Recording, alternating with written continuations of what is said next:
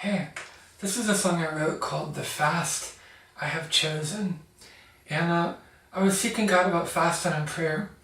And he brought me to Isaiah chapter 58. Isaiah chapter 58. And Isaiah 58. Right here.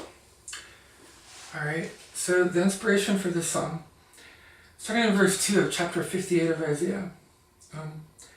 Yet day after day they seek me and delight to know my ways, as if they were a nation that practiced righteousness and did not forsake the ordinance of their God. They ask of me righteous judgments. They delight to draw near to God. Why do we fast, but you do not see? Why do we humble ourselves, but you do not notice? Look, you serve your own interests on your fast day. This is God answering them back about why he doesn't look, why he doesn't see them, why he doesn't hear them. You serve your own interest on your fast day, and you oppress all your workers. Look, you fast only to quarrel and to fight, and to strike with a wicked fist. So, in all their fasting and their prayer, it's not changing their heart. It's not making them kind-hearted and soft towards each other. It's not leading them to forgive each other and reconcile with each other and make up with each other. They're fasting and they're praying, and then as soon as they're done, they go to quarreling and to fighting with one another. And this is why God, he can't receive the fast. He can't accept their fasting and their prayer. Such fasting as you do today will not make your voice heard on high. He goes on in verse 5. Is such the fast that I choose, a day to humble oneself? Is it to bow down the head like a bulrush and to lie in sackcloth and ashes? So even if you humble yourself, even if we put on sackcloth and ashes, it's still not enough if we're not changing our heart. If it's not changing who we are inside, it's not working. Will you call this a fast, a day acceptable to the Lord? Is not this the fast that I choose? To loose the bonds of injustice, to undo the thongs of the yoke, to let the oppressed go free, and to break every yoke? Is it not to share your bread with the hungry, and bring the homeless poor into your house, when you see the naked to cover them? So it's not just to deny ourselves food, but it's to share our bread with the hungry, and to take care of the homeless poor, to invite them in, according to Isaiah chapter 58. To not hide yourself from your own kin, so to take care of our friends and our family, and those God has put closest to us, all around us. Verse 8, then your light shall break forth like the dawn, and your healing shall spring up quickly. Your vindicator shall go before you. The glory of the Lord shall be your rear guard. Then you shall call, and the Lord will answer. You shall cry for help, and he will say, here I am. If you remove the yoke from among you, if you remove oppression, the pointing of the finger, and the speaking of evil, the gossip, the slander, the accusations, that if we stop speaking evil of one another, according to verse 9, if we stop pointing the finger at each other, Satan's the accuser of the brethren. And when we accuse one another, we're just doing his job for him. And it tears down the image of Christ in front of the world. When they see Christians tearing each other down on YouTube and tearing each other down all over the place and, making bad videos about one another. And Jesus said in John 13:35, they would know we belong to him, we're his disciples, by our love for one another. And if they see us destroying and attacking and being hateful with one another, they're not going to see Jesus in us. They can't. They won't see Jesus because of our actions, because of our deeds.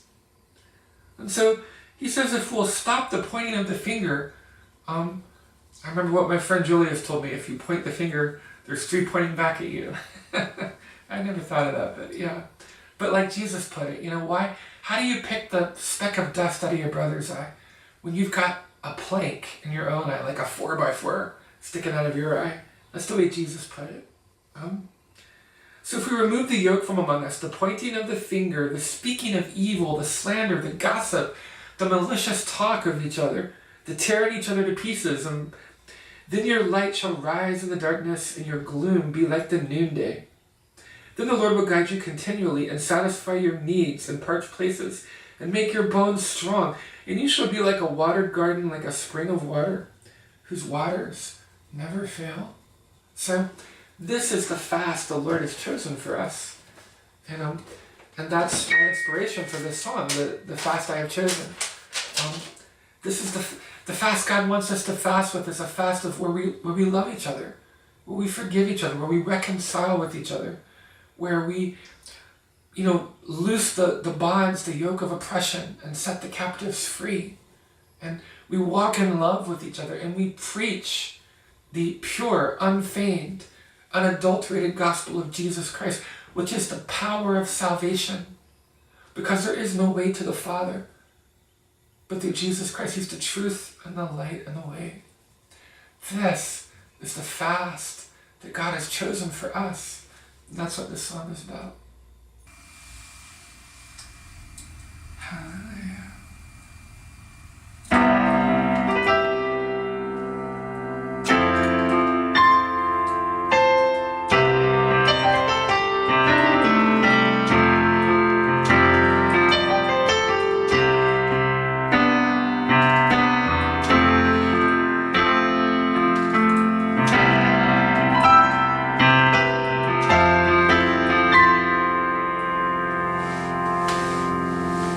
Is not this the fast I called you to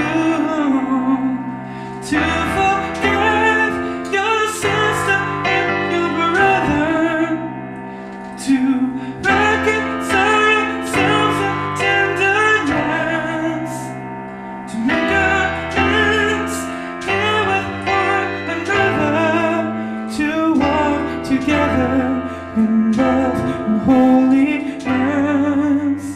Is this not the fast I'm chosen for you?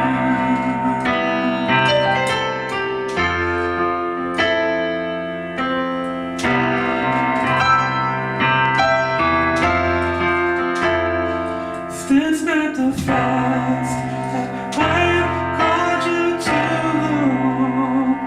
to lose the bonds of injustice and let mercy prevail, to break the yoke of oppression and let the captive out of jail? Is this not the fast I've chosen for you?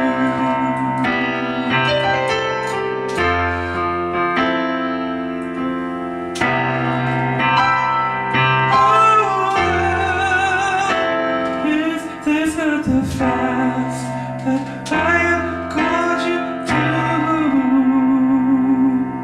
to share bread with the hungry and bring the hopeless in, to cover up the naked and set them free from sin? Is this not the fast I've chosen for you?